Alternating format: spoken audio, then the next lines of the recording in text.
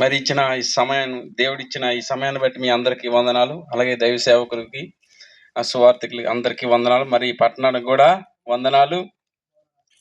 మరి ఈ సమయమున దేవుడు ఏమైనా మాట్లాడుతున్నాడంటే, దేవుడు ఆదియందు దేవుడు భూమాకాశములను సమస్తమును జలములను సర్వ సృష్టిని సూర్యుడిని చంద్రుడిని సమస్తమును ఈ భూలోకంలో మనం ఏమేమి చూస్తున్నామో ప్రతిదీ ఆయన కలుగు చేసిందే.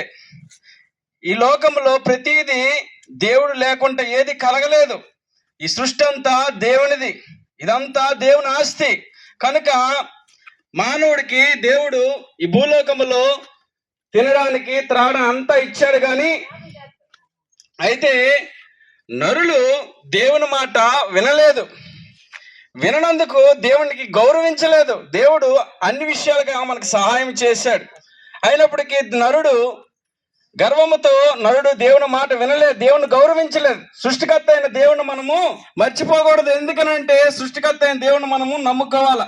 ఎందుకు నమ్ముకోవాలనంటే ఈ లోకంలో నీ కొరకు, నా కొరకు, మనందరి కొరకు మరణించే దేవుడు ఉన్నారు. ఆయనే యేసుక్రీస్తు ప్రభువారు. ఈ లోకంలో ఆయన కంట ప్రేమ ఎక్కడా దొరకదు.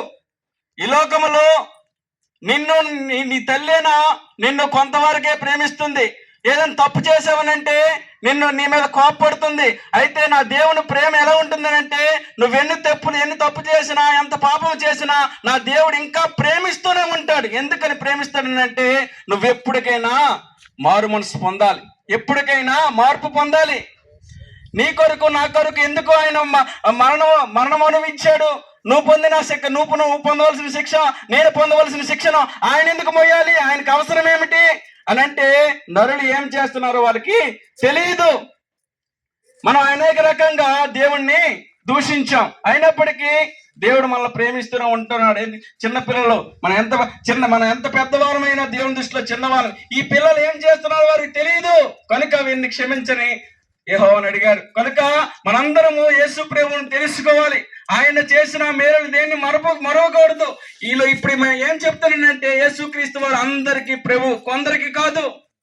అయితే అందరికీ ప్రభు అయినా మేము ఎంతో దూరం నుంచి ఈ ప్రాంతానికి మేము వచ్చాం.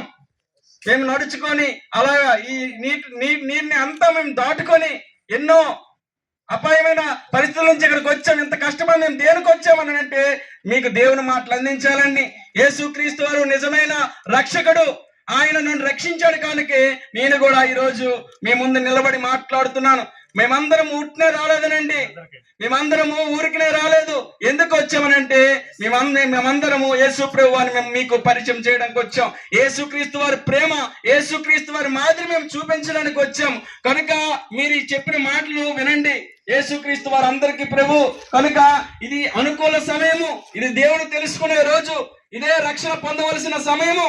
ఏ ఒక్కరు లేదు, పేదవాళ్ళేమి, డబ్బున్న వాళ్ళేమి, ఎవరైనా దేవుణ్ణి అంగీకరించాలి. దేవునికి కుల భేదం లేదండి, మత్సరము లేదండి, ఆయనకి ఏమీ లేదండి. ఆయనకు ఉన్నది మాత్రము ప్రేమ. ఆయన ప్రతి ఒక్కరిని ప్రేమిస్తున్నాడు. కుంటివారిని, గుడ్డివారిని, ఏమి లేని వారిని, డబ్బు అందరినీ ప్రేమిస్తున్నాడు. ఆయన ప్రేమకి ఎటువంటి భేదము లేదు. ఆయన గొప్పవాడిని ఒకలా ప్రేమిస్తాడు అని లేదు, కానీ అందరిని సమానంగా ప్రేమిస్తాడు. మనమైతే గొప్పవారికి ఒకలా ప్రేమిస్తాము, చిన్నవారిని ఒకలా ప్రేమిస్తాం, భేదలను ఒకలా ప్రేమిస్తాము, పెద్ద ఉన్న వారికి ఒకలా ప్రేమిస్తాము. కానీ మా దేవుడు ఎటువంటాడంటే మనందరి దేవుడు అందరినీ ఒకే రకంగా, అందరినీ సమానంగా ఆయన ప్రేమిస్తున్నాడు. కనుక ఆయన ప్రేమను మీరు నమ్మండి. ఆయన రక్షణ సువార్తను మీరు అంగీకరించండి. ఇంతవరకు దేవుని తెలుసుకోలేదేమో, మీరు ఇక నుంచి అయినా దేవుని తెలుసుకొని దేవుని మాటలు విని ఎవరైతే తన నాలుకతో యేసు క్రీస్తు వారి ప్రభు అని, నిజ దేవుడిని ఎవరైతే తన నాలుకతో ఒప్పుకుంటారో వారు రక్షించబడతారు. మేము ఒప్పుకున్నాం కనుక యేసు క్రీస్తు వారి నిజ దేవుడిని మేము ఒప్పుకున్నాం కనుక మేము రక్షించబడ్డాం కనుక మేము కూడా మీకు కూడా దేవుని మాటలు చెప్తున్నాం. కానీ మీరు కూడా మీ నాలుకతో మీరు యేసు క్రీస్తు వారి నిజ దేవుడని, ఆయన లోక రక్షకుడని, ఆయన అందరికీ ప్రభు అని మీరు అంగీకరించినట్టయితే మీరు అందరు రక్షించబడతారు. ప్రభు చిన్న వాక్యం దేవుడు దీవించిన గాక.